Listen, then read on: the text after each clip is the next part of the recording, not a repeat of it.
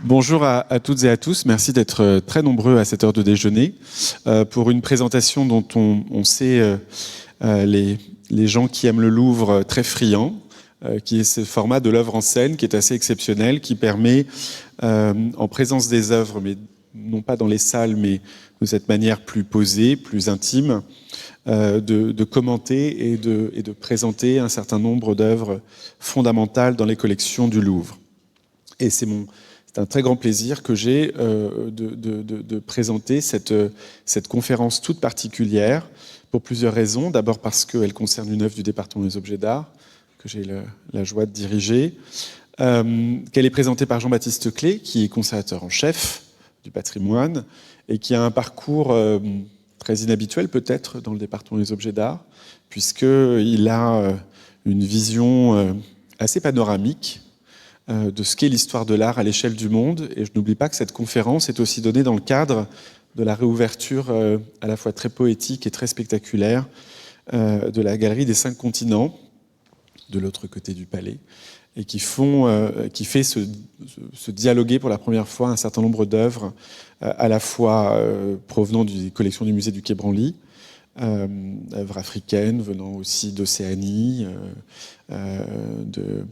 et puis d'Amérique du Sud, et puis un certain nombre d'œuvres des collections. Et je suis d'autant plus heureux de présenter d'introduire cette conférence qu'elle nous rappelle que le musée du Louvre, qui est souvent présenté comme un musée universel, peut paraître aussi à bon droit pas tout à fait un musée universel. Et finalement, quand on creuse dans ces collections, on se rend compte que beaucoup de portes s'ouvrent qui vont au-delà peut-être des frontières qui nous sont assignées par la répartition des collections nationales entre grands musées, entre grandes collections. Il se trouve que le musée du Louvre, notamment à travers les collections du département des objets d'art, est riche d'un certain nombre d'œuvres aussi extra-occidentales, et notamment d'œuvres asiatiques. Et Jean-Baptiste Clé est la personne toute destinée à avoir la charge et le soin de ces collections, des collections avec des provenances souvent très prestigieuses, j'y reviendrai dans un instant, et qui montrent bien que voilà, le Louvre est souvent plein d'inattendus et qu'on ne s'attend pas peut-être à trouver un objet qui a voyagé entre l'Inde moghole et la Chine impériale au cœur de ses collections, et pourtant c'est bien le cas. Et nous sommes très attachés avec Laurence Descartes, la présidente directrice du Louvre, à mettre aussi en valeur cette dimension souvent un peu méconnue ou négligée, et de rappeler que cette dimension universelle passe aussi par les collections d'un certain nombre de départements quelquefois inattendus.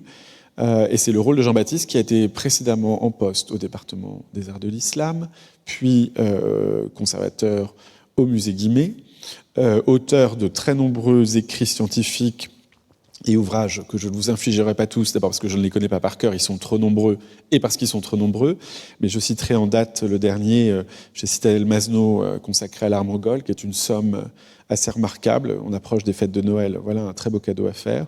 Et Jean-Baptiste, depuis son arrivée au département d'objets d'art, s'évertue à étudier et à mettre à l'honneur ses collections, non pas mise de côté, mais c'est vrai qu'on a peut-être aussi quelquefois eu le sentiment que la priorité des collections se destinait ailleurs.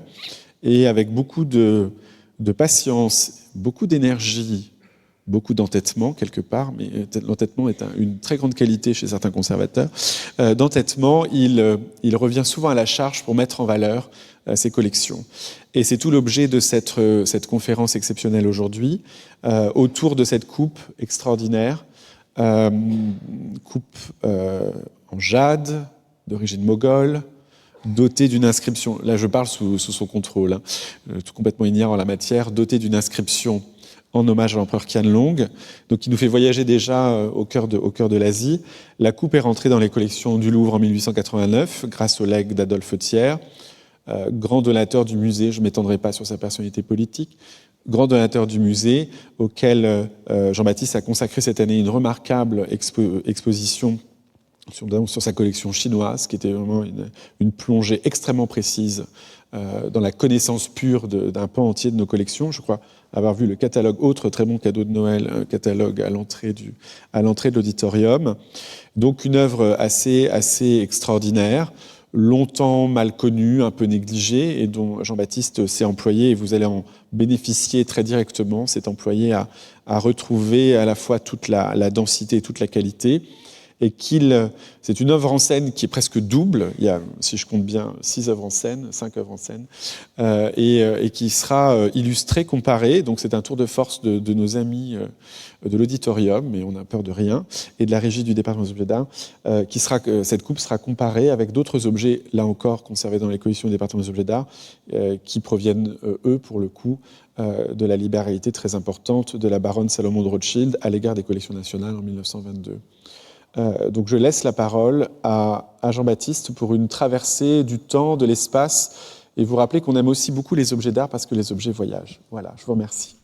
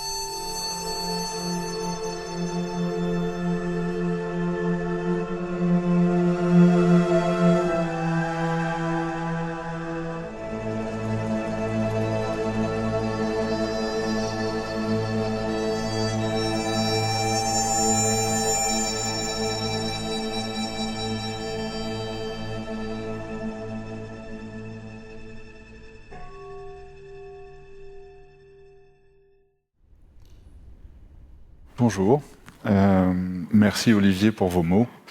Je suis très honoré de vous présenter aujourd'hui cette coupe et l'ensemble d'autres jades que nous avons effectivement mis en contrepoint. L'objet aujourd'hui est finalement de vous parler de cette coupe, mais de ne pas vous parler que de cette coupe. Nous allons parler plus globalement du jade. En fait, cette conférence manifeste une recherche que je mène actuellement avec d'autres collègues sur les circulations du jade, les circulations des formes, des motifs, des collections. Et donc, nous allons essayer de vous faire voyager dans l'histoire du jade. Alors, cette coupe est donc une coupe indienne en jade, mais qui parvient dans la collection de l'empereur chinois Tianlong, qui fait donc inscrire un poème d'appréciation de l'objet sur la coupe. À travers elle, c'est l'histoire du jade en Chine, en Asie centrale et en Inde que nous allons évoquer. Plusieurs siècles de commerce du matériau, d'échanges stylistiques et techniques.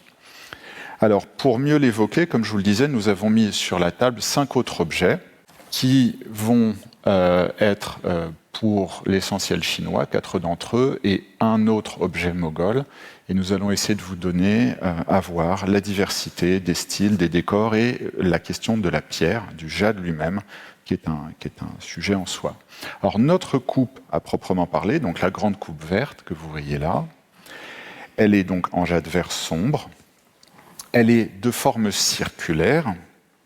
Elle a 2 anses symétriques formées de bourgeons, que vous voyez sur les côtés.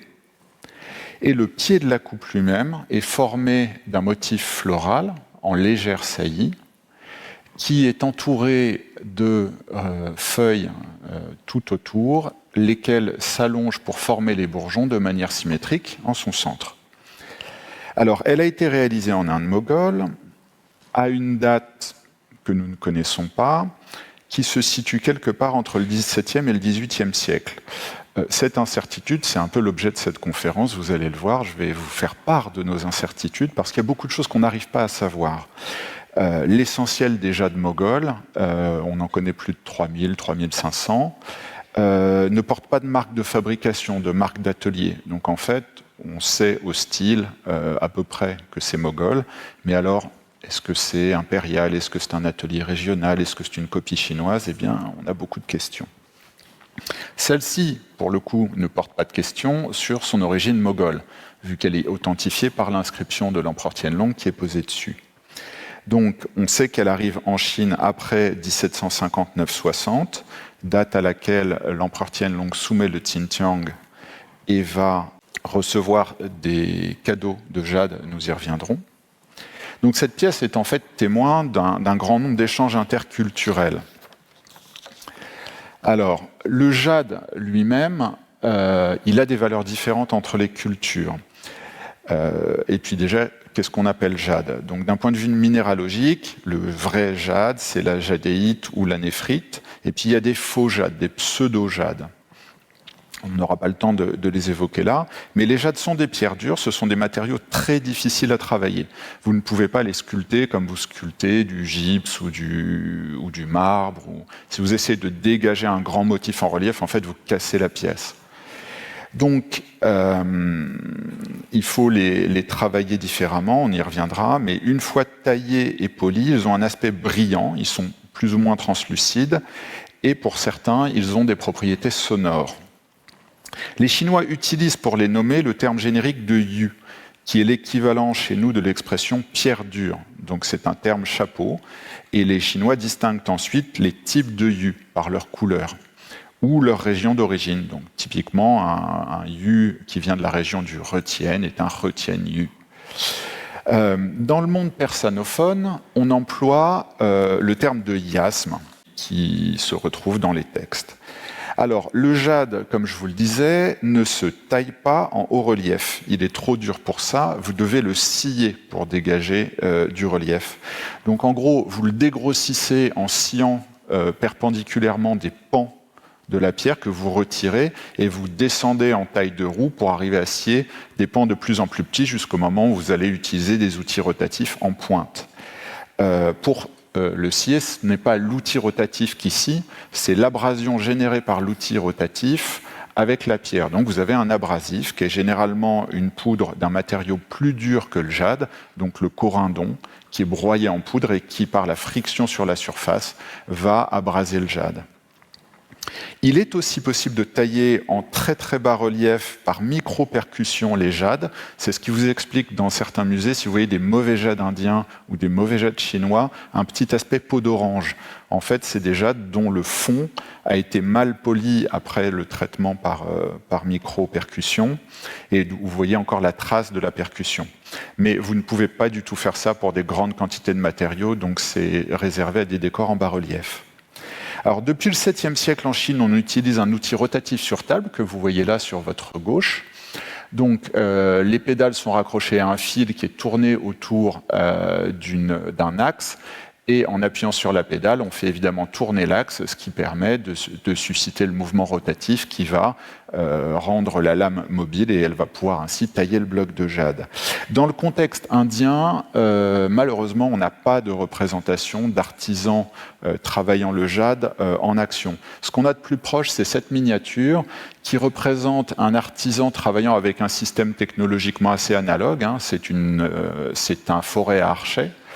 Là, il est apparemment en train de percer des perles et vu la position et la disposition, on peut supposer qu'il s'agit des perles de pierres précieuses, donc des émeraudes ou des rubis qu'on montait en collier avec des perles maritimes pour les souverains moghols. Alors, le jade est une pierre naturelle, nous allons le voir, et nous allons voir notre coupe maintenant de plus près. Étant une pierre naturelle, ça n'est pas comme un bloc de verre qu'on peut arriver à obtenir parfait. Donc, il a des défauts, des impuretés et des fêlures. Donc, Thomas vous présente là, à travers la lumière, toutes les impuretés. Donc, vous voyez le décor qui ressort, mais vous voyez aussi des taches sombres, vous voyez des lignes de fracture. Donc, en fait, le jade, selon la qualité du gisement, la qualité du galet de jade que vous récupérez, peut être plus ou moins pur et plus ou moins transparent, plus ou moins homogène en termes de qualité de pierre. Alors, l'artiste a plusieurs manières de gérer cette situation. Il peut décider, c'était ce que nous avions là sur la coupe, de laisser les défauts apparents, c'est-à-dire il taille comme ça, il ne se pose pas de questions, les défauts sont là, ils sont visibles. Et à l'inverse, il peut, comme sur ces poignards, ce poignard, c'est le même recto verso appartenant à l'empereur Aurangzeb, il est à Los Angeles, il peut choisir d'utiliser le défaut de la pierre Donc ici, une ligne brune noire pour former la crinière du cheval. On connaît des cas analogues en Chine de dégagement de motifs et c'est tout à fait analogue à la technique des kamés en Europe. Alors ça, c'est une technique qui utilise les défauts de la pierre. Il existe aussi des méthodes pour cacher les défauts de la pierre. C'est ce que nous allons voir avec le gui qui se présente là. Donc là, c'est un objet chinois du XVIIIe siècle, mais archaïsant. Et là, vous allez voir que le décor, qui est un décor de rinceaux végétaux, a été disposé d'une manière extrêmement intelligente. Je pense que là, vous le voyez parfaitement. Il est symétrique de part et d'autre du bord, mais vous avez une longue cassure. Et en fait, le décor a été conçu au départ pour intégrer la cassure de manière à en minimiser la visibilité. Parce qu'il y a des rapports au jade qui ne sont pas les mêmes entre les cultures, et pour la civilisation chinoise, le meilleur jade, c'est le jade parfait qui est totalement exempt de défauts. Donc, quand vous avez des jades secondaires qui sont pleins de défauts, vous faites tout ce que vous pouvez pour les cacher, ce qui a été fait ici.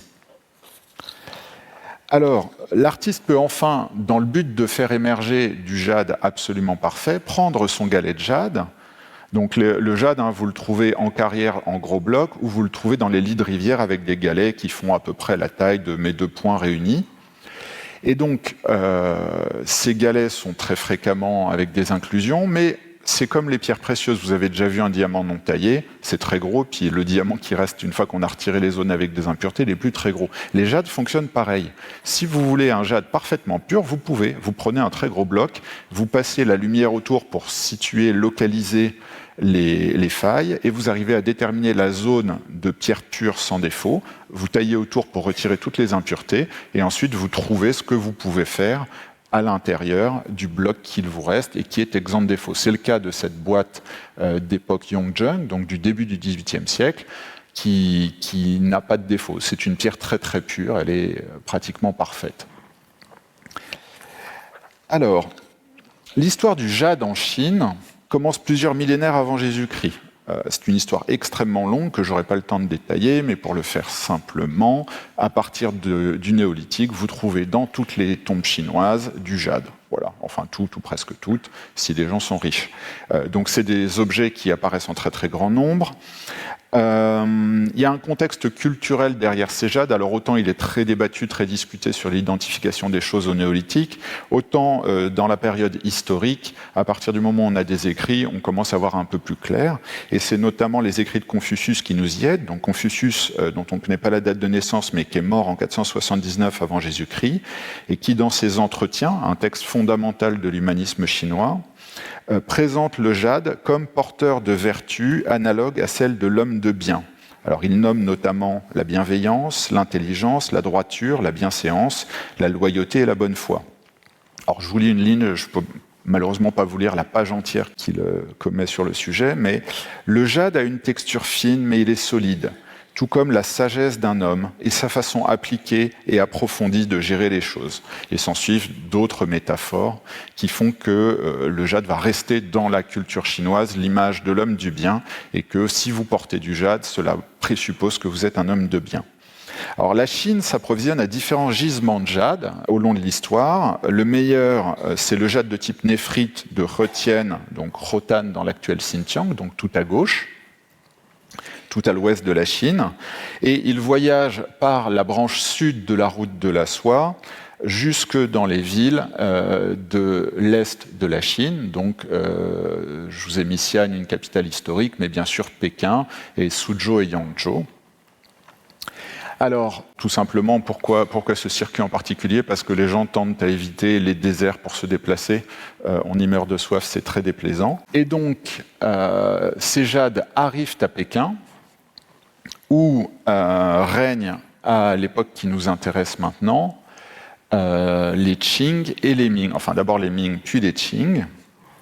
Donc, la conférence d'aujourd'hui couvre le 15e, 18e siècle, donc un peu moins que la durée de ces deux dynasties, mais ces deux dynasties résident à la Cité interdite que vous voyez maintenant. Donc, les centres majeurs de taille du jade à l'époque sont Pékin, Suzhou, Yangzhou, mais il y a aussi des centres de taille secondaire. Et évidemment, ça fait partie des joyeusetés de la vie d'historien d'art d'arriver à identifier des productions qui ne sont pas encore identifiées. Donc, c'est une partie de notre projet maintenant. Alors, l'histoire connectée que je dois vous raconter aujourd'hui, elle va commencer avec des ambassades qui sont envoyées à Pékin par la dynastie Timouride. Donc la dynastie Timouride, elle règne en Asie centrale, vous reconnaissez tout à fait l'architecture locale. Donc elle règne en Asie centrale entre 1370 et 1507. Et il y a notamment deux souverains qui nous intéressent, Shahrukh, qui règne à Hérat, et son fils Ulugh Beg, qui règne à Samarcande. Le premier échange de jade documenté avec la Chine date de 1446, quand l'empereur Yingzhong envoie des récipients de jade à Ulugh Beg. Alors vous voyez un pichet en jade au nom d'Ulugh Beg, mais il existe un des jades envoyés par Yingzhong qui a survécu et qui est dans les collections anglaises aujourd'hui. Donc Ulugh Beg va être le premier souverain à commissionner du jade, apparemment. Ça reste un domaine où il y a des choses à découvrir. Et on connaît une série de pièces stylistiquement analogues qui forment le corpus des jades timourides. Alors, les dates précises de fabrication sont inconnues, on n'a pas beaucoup de détails, mais il est très évident que la technique vient de Chine, la Chine étant le seul pays à proximité de l'Empire timouride qui dispose d'une technologie de taille du jade en 3 dimensions. Dans la région d'Asie centrale, on ne possède que la technique de gravure qui permet juste d'inscrire une inscription, mais certainement pas de produire un objet en volume. L'Empire timouride s'effondre en 1507 et les princes timourides qui arrivent à se tailler des principautés essaieront de reconstituer l'empire de leurs aïeux sans succès, mais l'un d'entre eux, Babur, va s'installer en Afghanistan et d'Afghanistan lancer un raid vers l'Inde via ce qu'on connaît comme la passe de Khyber. Vous voyez une grosse flèche orange qui vous en indique le trajet. Et par là, lui qui ne voulait lancer au départ qu'un raid simple constitue ce qui va devenir l'Empire moghol. L'Empire moghol que vous connaissez par le Taj Mahal, le chef-d'œuvre architectural, alors qui lui est bien plus tard. Babur arrive en 1526 en Inde, le Taj Mahal commence à être construit en 1631. Les Moghols sont des Turcs d'Asie centrale. Ils ont donc une vision du jade qui est celle des Turcs d'Asie centrale. Pour eux, le jade est la pierre de la victoire. Il est censé protéger de la foudre. Alors, la protection contre la foudre, c'est important quand vous êtes un cavalier nomade. La première arrivée de jade à la cour moghole semble avoir lieu en 1562. Où un soufi du nom de Khwaja Mouin, un Naqshbandi, apporte du jade de Rotan à l'empereur Akbar. Donc très probablement par la route de Gilgit que vous voyez là, qui permet d'aller de Kashgar via le nord du Pakistan actuel, Peshawar, et le long de la Grand Trunk Road jusqu'à Delhi. Alors, c'est pas une grande route comme la passe de Khyber où vous faites passer une armée de 100 000 hommes. Vous vous baladez à pied, parfois à dos d'Iak. C'est pas très confortable comme trajet. Les soufis ont dans ces régions des réseaux de petits sanctuaires entre lesquels ils se déplacent. Et donc, c'est par ce biais que Khwaja Mouin arrive à la cour moghole. À partir de là, on n'a pas vraiment de traces de jade qui soit fabriqué à la cour moghole. On a juste dans la Hini Akbari, qui est une sorte d'encyclopédie du règne de l'empereur Akbar, qui est finie à la toute fin des années 1590, on a une mention d'artisans pratiquant de l'incrustation sur pierre. Mais encore une fois, l'incrustation n'est pas la taille. Parce que l'incrusté, vous dégagez une rigole et puis vous pouvez y mettre de l'or. C'est pas du tout la même chose que de tailler une tête d'oiseau géante ou une coupe. Alors, les premiers objets en jade proprement moghols et certainement moghols datent du règne de Jahangir entre 1605 et 1627, et plus précisément, le premier date de 1607-1608. Alors, vous allez les voir maintenant. Si vous avez un œil très typologique, très historien d'art, vous me direz immédiatement qu'ils sont totalement inconsistants les uns avec les autres stylistiquement. Les formes ne sont pas les mêmes, et même bien pire, les techniques employées ne sont pas les mêmes. Alors ce serait vraiment trop long de rentrer dans le détail, mais grosso modo, certains présentent des techniques de tournage et de décor incisés par une roulette, donc par un outil rotatif. Vous avez des techniques de taille en relief, vous avez des techniques d'incrustation, donc de creusement de filets et d'incrustation d'argent, et vous avez des techniques, par exemple la coupe en haut à votre gauche, qui présente vraiment un relief assez marqué. Donc tout ça est très inconséquent. Alors il y a des pièces qui sont débattues, celle qui est au centre en vert ne fait plus partie maintenant du corpus reconnu par la meilleure spécialiste du sujet, Susan Stronge. Je l'ai mise là parce qu'elle m'interpelle toujours et un jour j'arriverai à me faire une idée définitive sur ce que ça peut être. Mais celle qui nous intéresse beaucoup ici, pour comprendre le début de ces jades moghols, c'est la coupe qui est en bas à droite, que vous avez à la fois vue de profil et vue de dessus, et notamment la fleur qui est dedans. Alors cette fleur est très importante. Cette coupe, elle a une inscription de 1613. Et donc elle est très importante parce que quand on se demande comment les Moghols se sont mis à faire du jade, on doit se demander d'où vient la technique. Parce qu'ils n'ont pas emporté d'artisans du jade avec eux. Donc pendant longtemps, on a pensé que c'était les artisans européens venus sur la côte.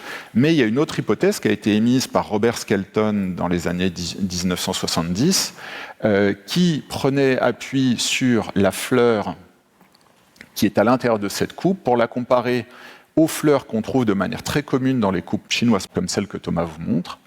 Et donc là, nous avons une vraie question, c'est qui a transmis la technique aux Moghols? Est-ce que c'est un artisan européen venu des comptoirs comme Goa sur la côte de l'Inde? Est-ce que c'est un artisan chinois qui est venu en Inde? Est-ce que c'est tout simplement un objet chinois qui est venu et qui a inspiré l'artisan lui-même formé par les Européens? Toutes ces questions sont en fait aujourd'hui très troubles. Et donc, nous espérons à terme arriver à les clarifier. En tous les cas, le lien de parenté ici avec la pièce chinoise doit être noté. On ne trouve pas ce genre de fleurs dans les pièces européennes. Néanmoins, les pièces de l'époque de Jahangir ne représentent pas le style moghol classique que nous connaissons.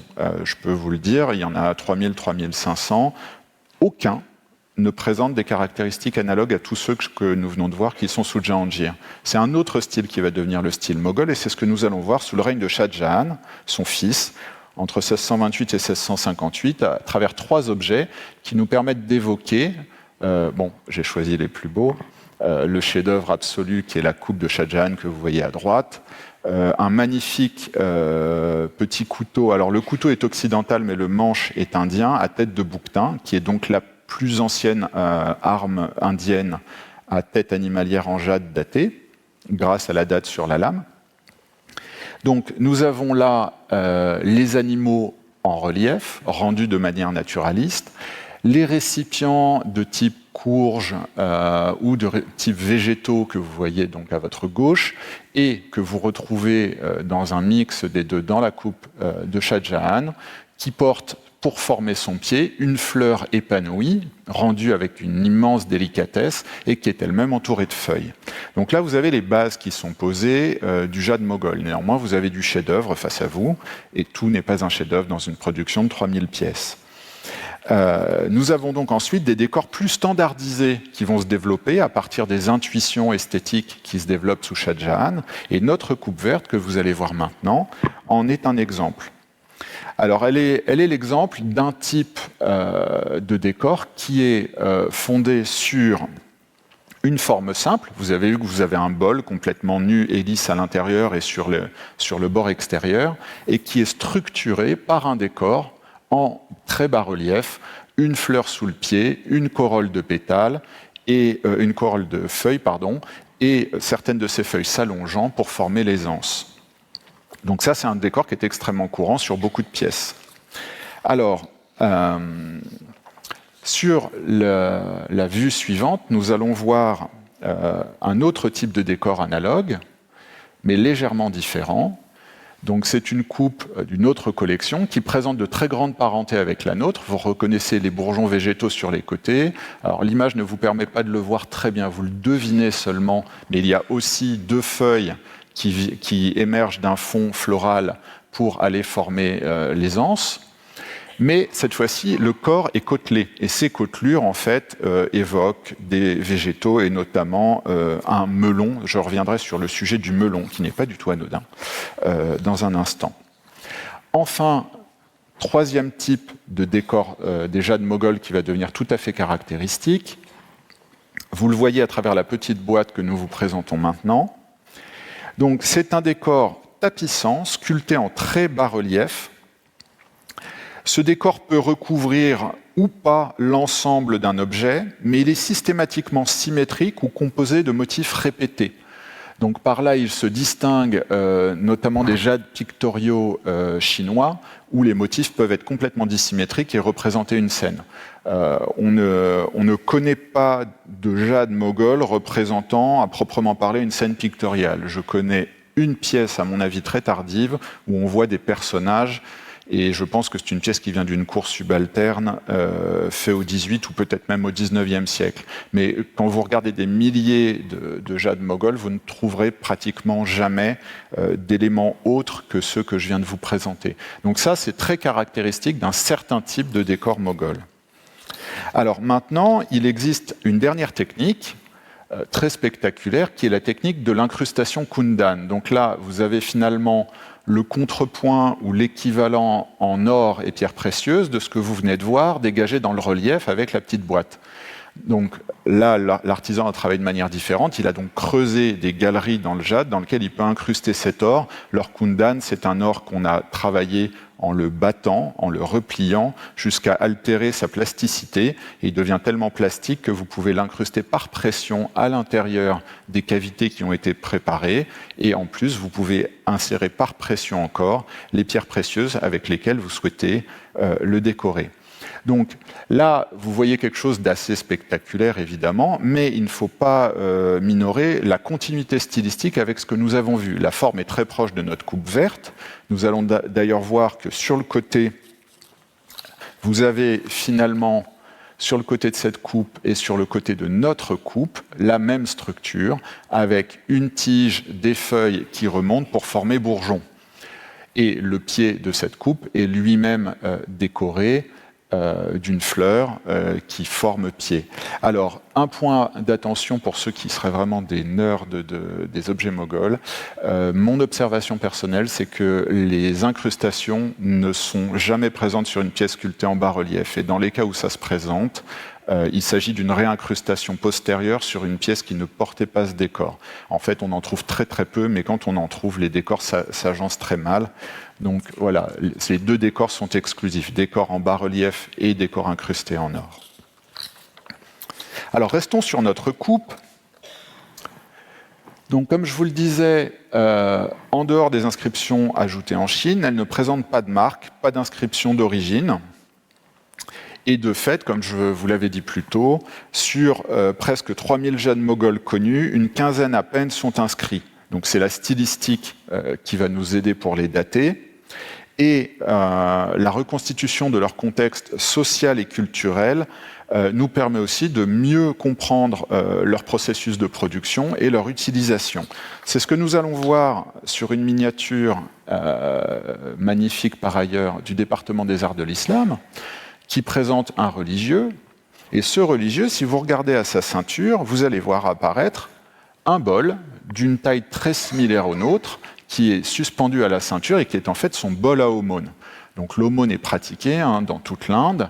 Vous avez des religieux des différentes foi qui pratiquent l'aumône. Et donc c'est un des outils qui les accompagne, qu'on appelle un cache-coule. Alors il en existe de formes différentes, donc celui-ci ne correspond pas strictement à notre bol, mais vous avez une structure décorative qui s'en approche.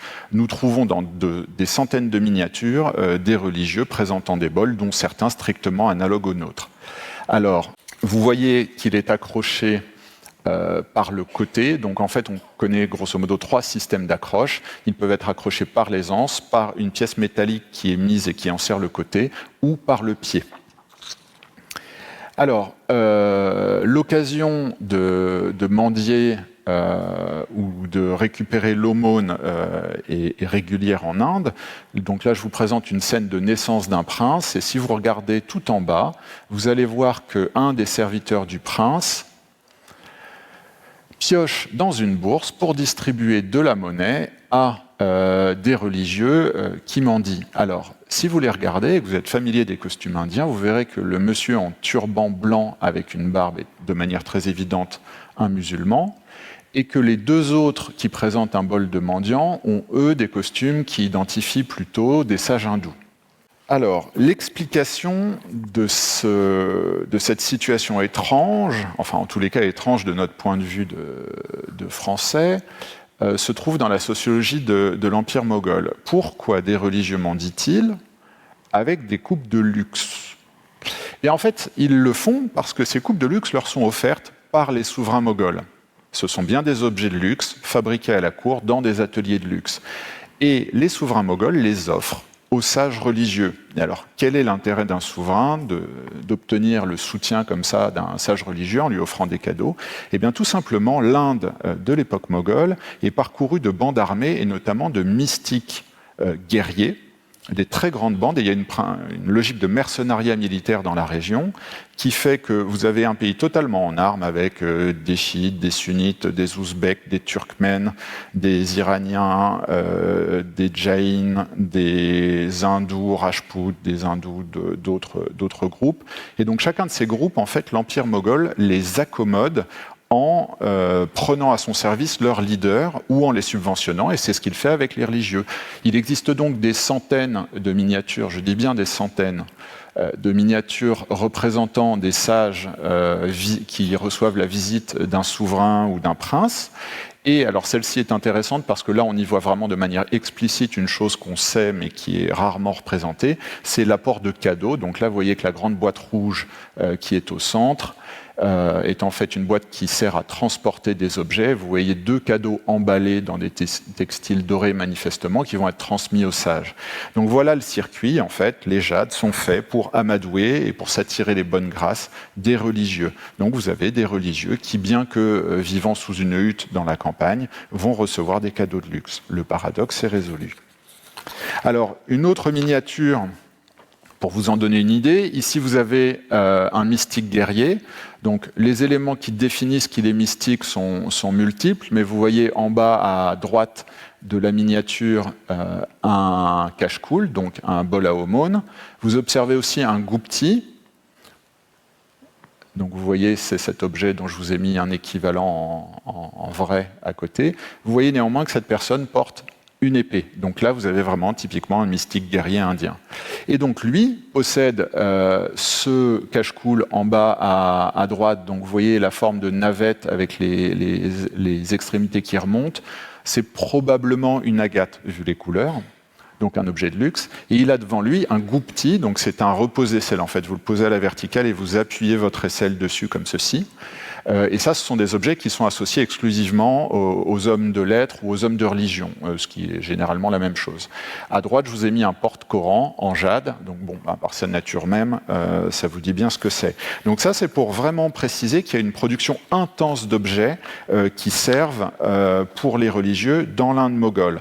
L'autre pan de cette production, ce sont les armes à manche en jade. C'est ce que vous voyez parfaitement sur cette miniature, où votre religieux qui se situe à droite, si on zoome dessus, possède une petite coupe, d'ailleurs stylistiquement assez proche de la nôtre, en jade, là manifestement, et en face de lui se trouve un militaire, prince ou aristocrate, qui est en armes, évidemment, ce qui désigne sa fonction, et qui, lui, a un poignard en jade blanc à la ceinture, et il s'appuie sur un bouclier.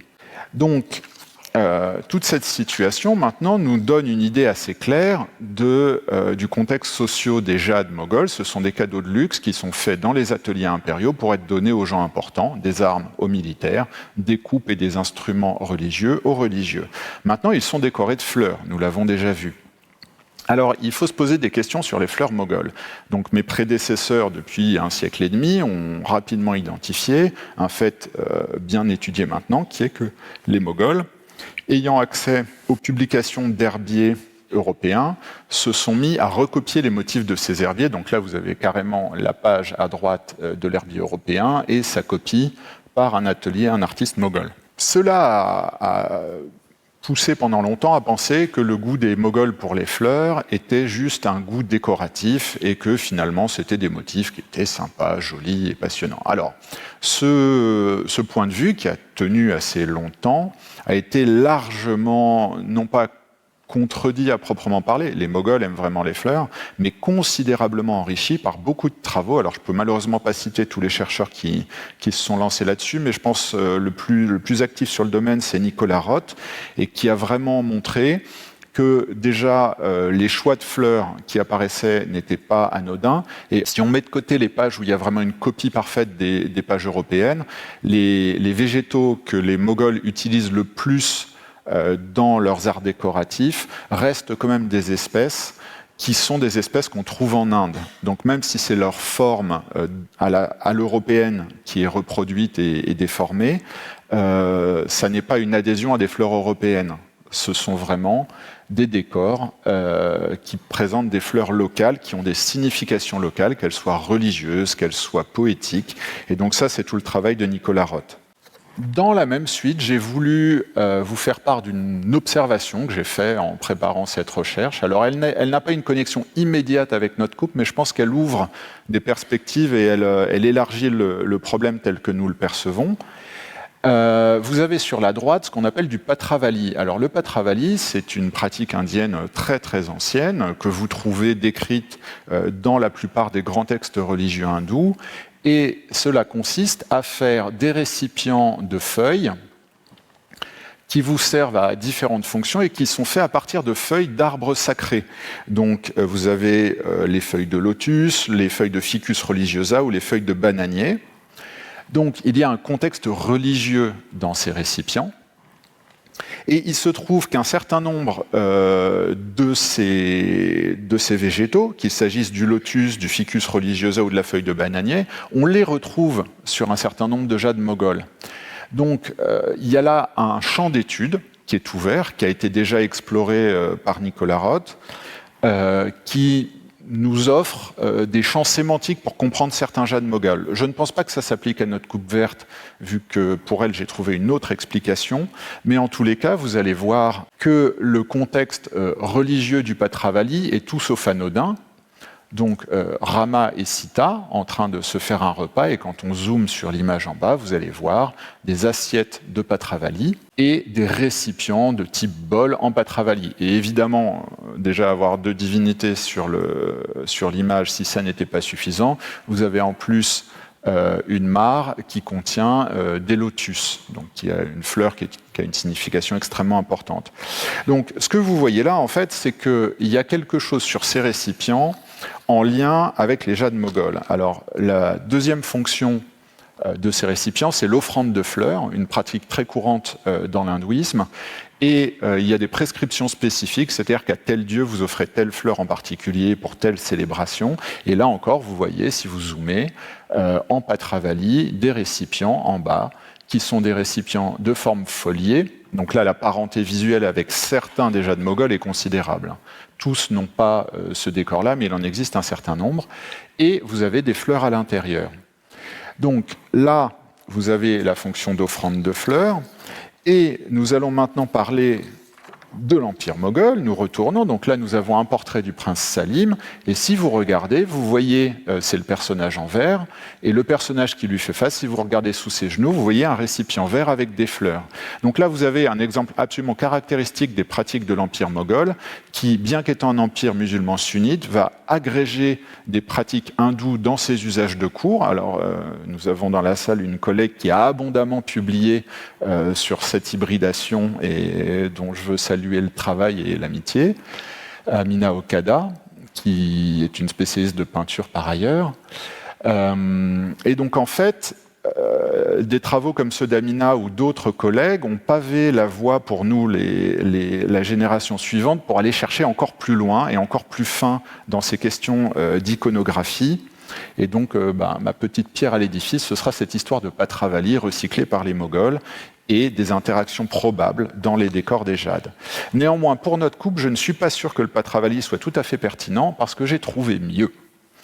Alors, elle est décrite du point de vue chinois et dans plusieurs publications comme étant décoré de chrysanthèmes. Alors vous allez voir que ça n'est pas le cas. Donc le chrysanthème, hein, vous vous le rappelez, tout petit pistil au centre et plein de petits pétales. Alors c'est ce que vous voyez un peu sur notre jade. Si on zoome vraiment dessus, vous allez voir une corolle de petits pétales, mais si vous zoomez vraiment très très fort, vous allez voir que vous avez 4 grands pétales.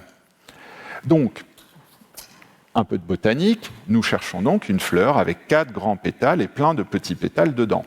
Voici une peinture indienne du XVIIIe siècle, présentant une fleur avec 4 grands pétales se recourbant au bord et des petits pétales au centre, une feuille structurée avec des petites émergences latérales, très analogues à celles que vous voyez autour de notre fleur, et un bourgeon que vous voyez ici à gauche de la fleur, qui est très proche de notre bourgeon. Alors, est-ce que j'ai trouvé la bonne fleur? Je n'en suis pas sûr du tout. Ce que ça me dit juste, c'est que le discours qui consistait à penser les fleurs mogholes comme un agrégat de lotus, de bourgeons, de chrysanthèmes, en gros de considérer que c'était des fleurs de fantaisie, en fait, est probablement une erreur. Un point d'intérêt, par exemple, Thomas vous présente là le bord de la coupe et vous avez vu passer les feuilles. Ces feuilles ont été généralement décrites comme des feuilles d'acanthe. Alors les acanthes, en fait, c'est des plantes qui ne poussent qu'en Europe et en Afrique du Nord. Alors la feuille d'acanthe, vous l'entendrez tout le temps en histoire de l'art occidental, donc là vous avez un bel exemple d'européanocentrisme. En fait, on est habitué de parler de feuilles d'acanthe dès qu'on a un végétal avec des feuilles un peu pointues qui décorent la frise d'un objet ou d'un bâtiment. Par transmission culturelle, en fait, on a pensé que c'était des acanthes qu'on voyait, mais en fait, si on cherche dans les plantes indiennes, on trouve beaucoup plus de candidats locaux qui ont plus de sens. Donc, je pense qu'il y a là quelque chose qui nous invite à reconsidérer l'influence des plantes occidentales, et pour ça, il faut partir à fond dans la botanique indienne. Donc ça, c'est un travail qui est en cours. Il y a vraiment, je citais des travaux récents. Et puis, il y a beaucoup de choses à trouver. Si on regarde la petite boîte à nouveau que vous voyez là, en fait, si on prend tous les jades, vous voyez qu'il y a une petite fleur sur le dessus. Alors, je n'ai malheureusement pas dans la collection le jade qui m'aurait plu pour vous le montrer, mais en fait, vous pouvez faire une typologie des boutons végétaux et identifier les bourgeons. Et il y en a un qui est très identifiable, mais que nous n'avons pas là, qui est un bouton de lotus. Et alors, la forme est immanquable. Donc, on sait qu'on a des boutons de lotus représentés dans des jades moghols. Donc ici, cette fleurette-là, un jour, je saurais vous dire ce que c'est. Mais ça n'est en tous les cas pas un iris comme les fleurs qui l'entourent. Donc il y a des choses à trouver, on est au début de ce processus, je ne suis pas du tout sûr d'avoir tout compris, mais ce qui est certain, c'est qu'une fois qu'on aura identifié les végétaux, on a une masse colossale de textes sanscrits, de textes en persan, qui nous permettront de relier les objets à des significations poétiques ou religieuses. Et ça nous permettra très certainement de recontextualiser certains objets. Alors, toujours dans le contexte, on revient maintenant à notre coupe verte. Il y a des choses toutes simples, c'est la taille. L'observation que j'ai faite en cherchant dans des milliers de miniatures moghols, c'est que les coupes de la taille de la nôtre étaient pratiquement toujours présentes à proximité de sages et qu'on ne les voyait que très très rarement à proximité de personnes qui ne sont pas des religieux. Donc on peut considérer avec la limite de toutes les variantes de style, là le cache-coule qui est tenu entre les mains par le personnage à droite est plutôt un cache-coule de type navette, ce qui est une forme plus commune que des bols à aumône parfaitement ronds, mais néanmoins les proportions sont tout à fait analogues à notre propre coupe. Alors, nous avons vu que cette coupe s'inscrit donc dans un riche contexte de cours indien. Nous voyons maintenant sa circulation et sa réappropriation hors d'Inde. Alors, elle circule très certainement jusqu'en Asie centrale via les soufis Naqshbandi. Donc, via la route de Gilgit, qui va du nord de l'Inde jusqu'à la région de Kashgar, voilà, et ensuite jusqu'à Pékin. Alors, il y a une petite interruption dans ce circuit. Ça, c'est le circuit qu'on a pu identifier. C'est là où ça passe. Vous prenez votre yak et vous passez à travers la montagne. Et pas tout le temps, parce qu'il y a des moments où les sommets sont enneigés et ça passe pas du tout. C'est une circulation difficile. Mais dans la saison où ça passe, vous pouvez remonter comme ça. Et donc, vous êtes un Soufi Naqshbandi, vous allez remonter pour voir les sanctuaires liés à votre ordre qui sont en Asie centrale, et vous redescendez en Inde vers les sanctuaires que vous avez mis là, et vers la cour moghole. Vous recevez à la cour moghole des jades taillés en cadeau, et vous avez vous-même ramené du jade brut que vous avez offert au souverain moghol. Vous revenez mourir dans la terre de vos ancêtres en Asie centrale et vous offrez en waqf, c'est-à-dire des biens qui sont donnés à préserver, vous offrez en waqf vos jades, par exemple, à une institution religieuse de votre ordre. Et puis, eh bien, quelques années plus tard, on est dans les années 1759-60, l'empereur Tianlong de la dynastie Mandchoue, qui a pris la direction de la Chine, soumet le Xinjiang. Donc là, je vous présente la bataille de Kurman de 1759 et l'empereur Tianlong qui est à droite. Tianlong est un passionné de jade, il adore ça. Et donc, il va demander à ce qu'on lui envoie du jade, notamment du jade non taillé, parce que le fait de dominer la région lui donne accès aux sources de jade de Retienne, donc le meilleur jade. Donc, l'approvisionnement en jade, qui était inégal, volumétriquement restreint avant, devient complètement considérable. Donc, c'est des blocs dans des quantités vraiment astronomiques qui circulent jusqu'en Chine, à l'est de la Chine. Et aussi, dans les tribus, avec ces jades non taillés, arrivent des objets. Et il arrive à peu près 600 objets moghols ou taillés en Asie centrale, enfin le magma de ces pièces dont je vous disais qu'on a du mal à les attribuer. Et l'empereur Tianlong va les recevoir et il va les apprécier parce qu'ils sont extrêmement différents des styles de jade chinois qu'il connaît de la manière la plus usuelle. Alors je vais vous en faire une présentation. Vous allez voir une petite boîte en jade pour commencer. Donc là, vous avez l'un des styles relativement classiques du jade chinois. C'est la petite boîte qu'on avait vue tout à l'heure, de l'époque Yongzheng, donc début 18e, et qui présente un décor pictorial. Donc vous avez en fait une pêche, d'immortalité probablement, la feuille du pêcher, le petit rameau et un joli petit papillon. Alors ça, si vous voulez, c'est le décor pictorial chinois dans toute sa splendeur. Alors il en existe une infinité de variantes, mais vous pourriez retrouver ce type de décor sur des lacs, sur des métaux. Les Chinois font ça. Donc ça, c'est un premier type de décor. Mais vous voyez que la pièce est très épaisse et que ça n'a rien à voir avec les pièces mogholes que je vous ai montrées précédemment. Alors le deuxième type de décor, le plus spectaculaire que vous allez voir maintenant, c'est le décor en relief dégagé dans la masse, où vous avez un décor végétal. La Chine est une civilisation du végétal. Je sais que maintenant on pense plutôt que c'est une civilisation du véhicule électrique, mais ça c'est un développement récent. La Chine est une civilisation qui a une passion pour la nature. Et donc notamment dans le jade, un des tours de force consiste à fabriquer un récipient. Donc là vous avez une coupe au centre. Et cette coupe va en fait être dégagée d'un bloc dont on va aussi dégager des fleurs, des feuilles, des rameaux, des rinceaux, et puis sur d'autres coupes du même type, parfois vous voyez une petite chauve-souris, un symbole positif. Donc là, vous voyez, on est en train de tourner la coupe, ça vous permet d'avoir une meilleure appréciation du tour de force que constitue le fait de dégager ces rinceaux sans tout casser, parce que vous imaginez sur une pierre que vous travaillez avec une petite fraise, avec des petits outils rotatifs.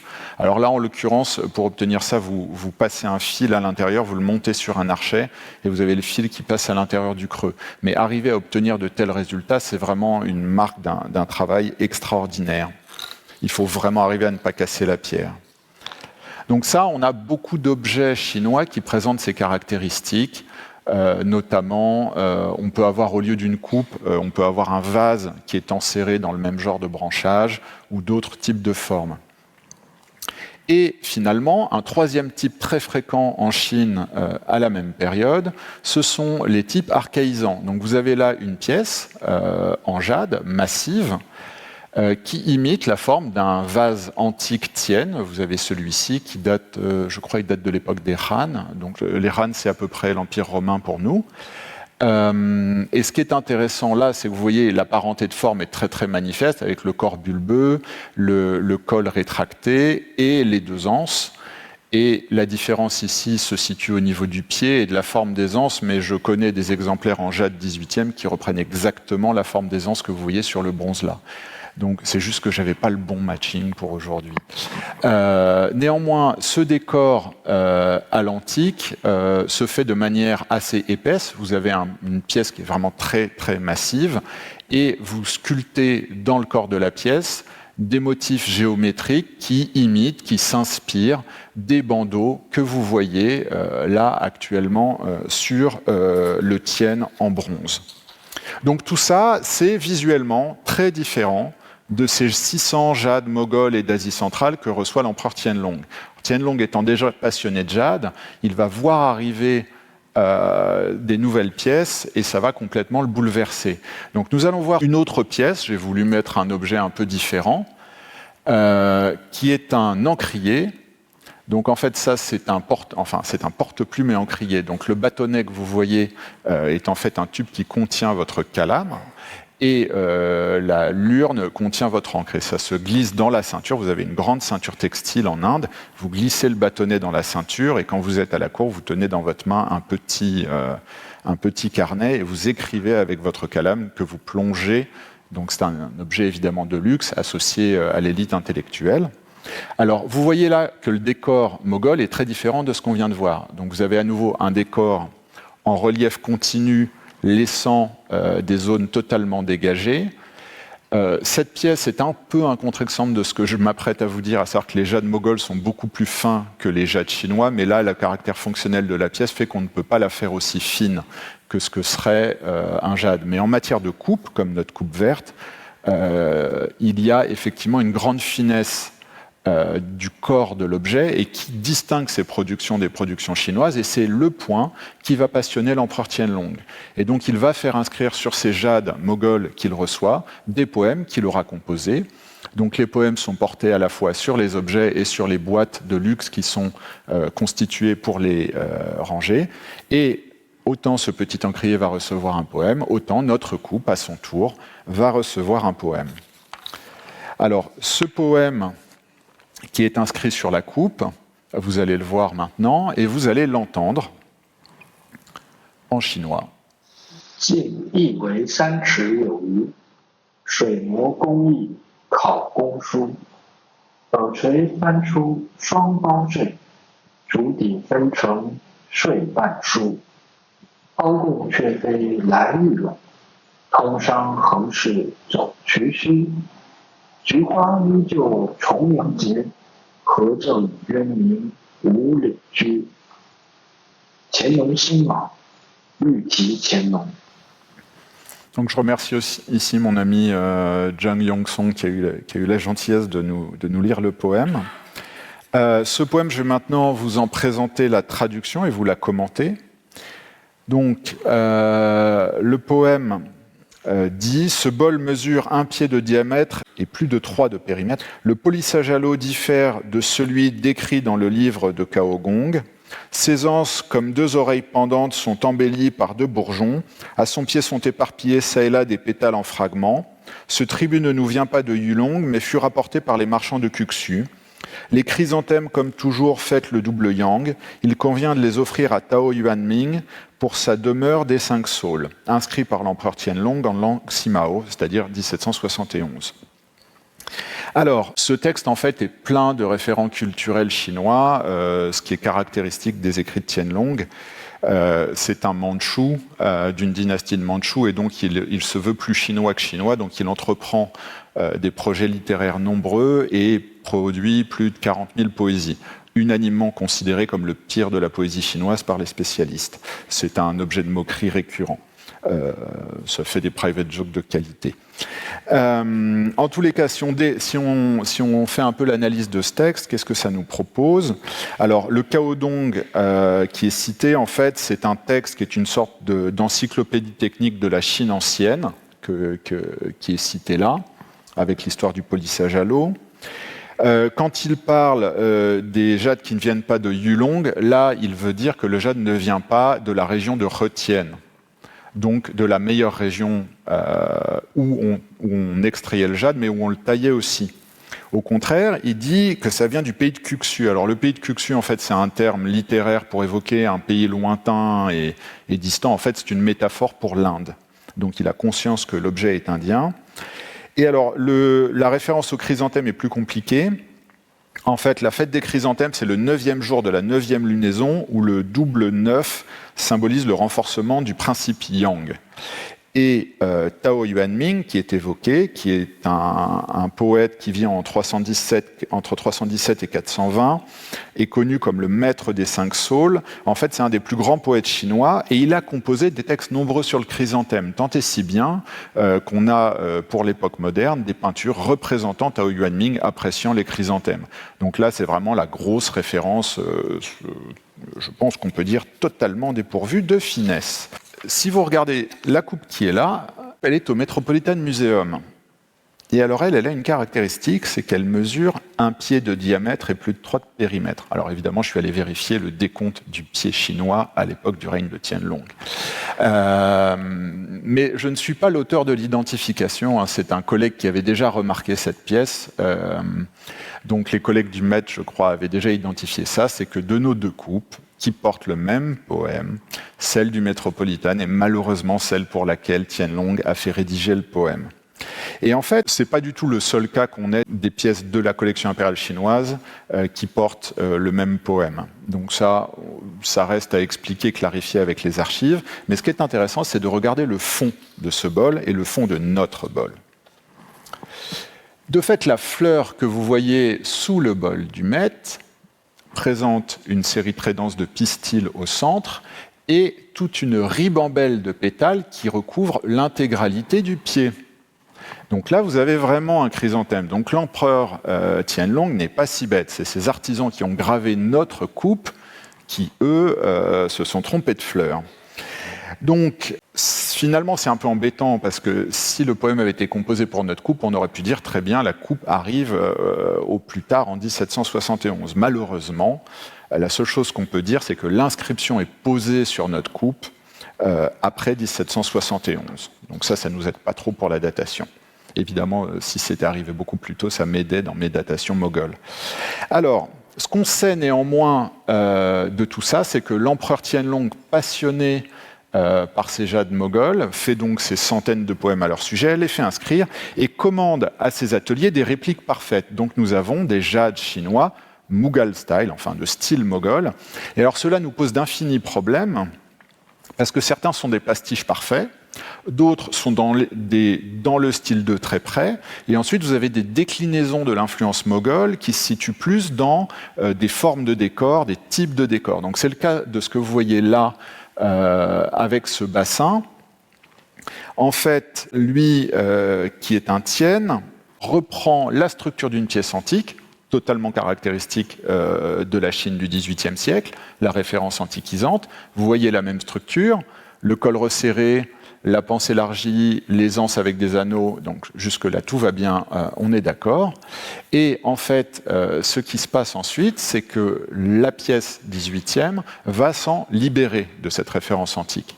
Les décors que vous voyez sur le corps qu'on va vous présenter en transparence, les décors reprennent des bandeaux antiquisants, mais traités avec une esthétique qui est typiquement chinoise 18e.